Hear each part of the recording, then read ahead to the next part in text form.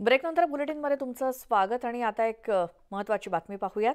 गेल्या वर्षी नैसर्गिक आपत्तीमुळे झालेलं नुकसान आणि आता दुष्काळ जाहीर होऊन सुद्धा शासनाने अनुदान रक्कम दिली नाही असा आरोप करत मालेगावच्या मेहुणे इथल्या ग्रामस्थांनी आक्रमक भूमिका घेतली आहे। ग्रामसभा घेत आणि त्यात नेत्यांना गावबंदीसोबत निवडणुकीवरती बहिष्कार घालण्याचा एकमताने ठराव करण्यात आला। अनुदान नाही तर मतदान नाही अशी भूमिका तिथल्या ग्रामस्थांनी घेतली आहे। सर्वांनी आम्ही मतदानावर बहिष्कार टाकू आणि येत्या काळात आम्हाला नुकसान भरपाई मिळायलाच पाहिजे। अनुदान 3 वर्षापासून सलग मेहुणे गावाला अनुदान भेटलेलं नाही, ते भेटल्याशिवाय आम्ही उभे बसणार नाही आणि मतदानावर हक्कबंधाने एक बी गाडी गावात शिरू देणार नाही।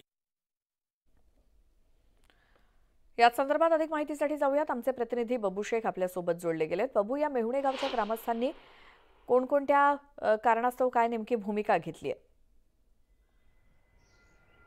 श्वेता, आपल्याला माहीत आहे का गेल्या वर्षी जी आहे तर नाशिकच्या ग्रामीण भागात अतिवृष्टी झाली होती आणि त्यावेळेला शेतीचं प्रचंड नुकसान झालं होतं आणि सर्वात जास्त नुकसान हा मालेगाव तालुक्यातही बसलेला होता आणि यंदा पावसाअभावी इथे दुष्काळी परिस्थिती निर्माण झालेली आहे आणि शासनाने मालेगाव तालुक्याला दुष्काळग्रस्त जाहीरही केलेला आहे। मात्र अद्यापही कोणतीही नुकसान भरपाई मिळालेली नाही आणि दुष्काळाची जी निधी असतं किंवा जे सवलती असतात त्याची अंमलबजावणी होत नाही आहे असा आरोप या ग्रामस्थांचा आहे आणि मेहुणे गावांनी आता ही सुरुवात केलेली, कदाचित याचा लोन इतर गावातही पसरण्याची शक्यता नाकारता येत नाही।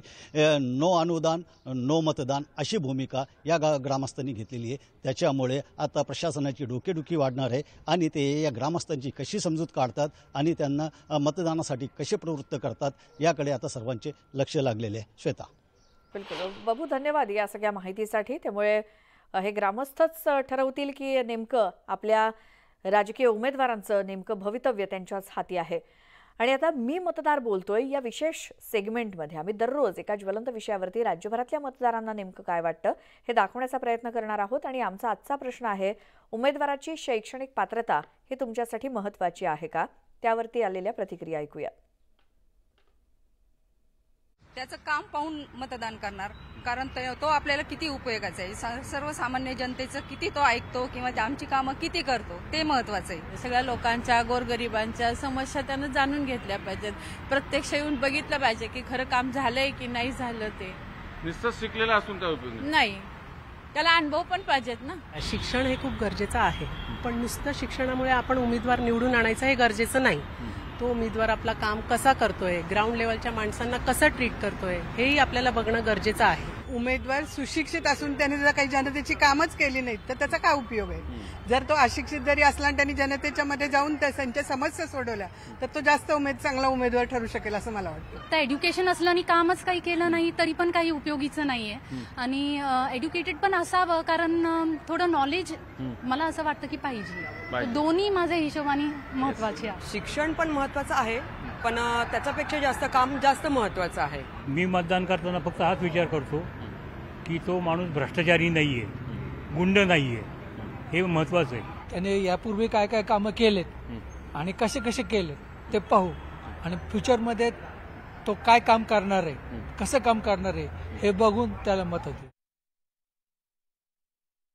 उमेदवार हा शिक्षित असो किंवा अशिक्षित असो, पण तो समाजासाठी किती कार्य करतोय ते गरजेचं आहे। जर मग आता जर अशिक्षित उमेदवार असतील, जे संसदेत जाणार असतील, मग तिथे कसं विकास करणार, लोकांचे प्रश्न कसे मार्गी लावणार, याचा मोठा प्रश्नचिन्ह निर्माण होतो। उमेदवाराला शिक्षणाचा श माहिती नाही, अभ्यासातला माहिती नाही, त्या उमेदवाराला तुम्ही खासदार केलं तर तो कसा प्रगती करणार आहे पुढे जाऊन?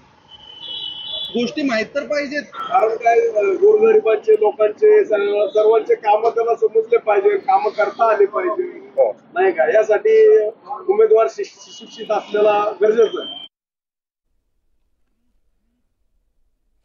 तर ही होती जागृत मतदारांची मतं जी न्यूज 18 लोकमतनं जाणून घेतली। आणि यानंतर आता एक नजर टाकूया टॉप 18 न्यूजवर।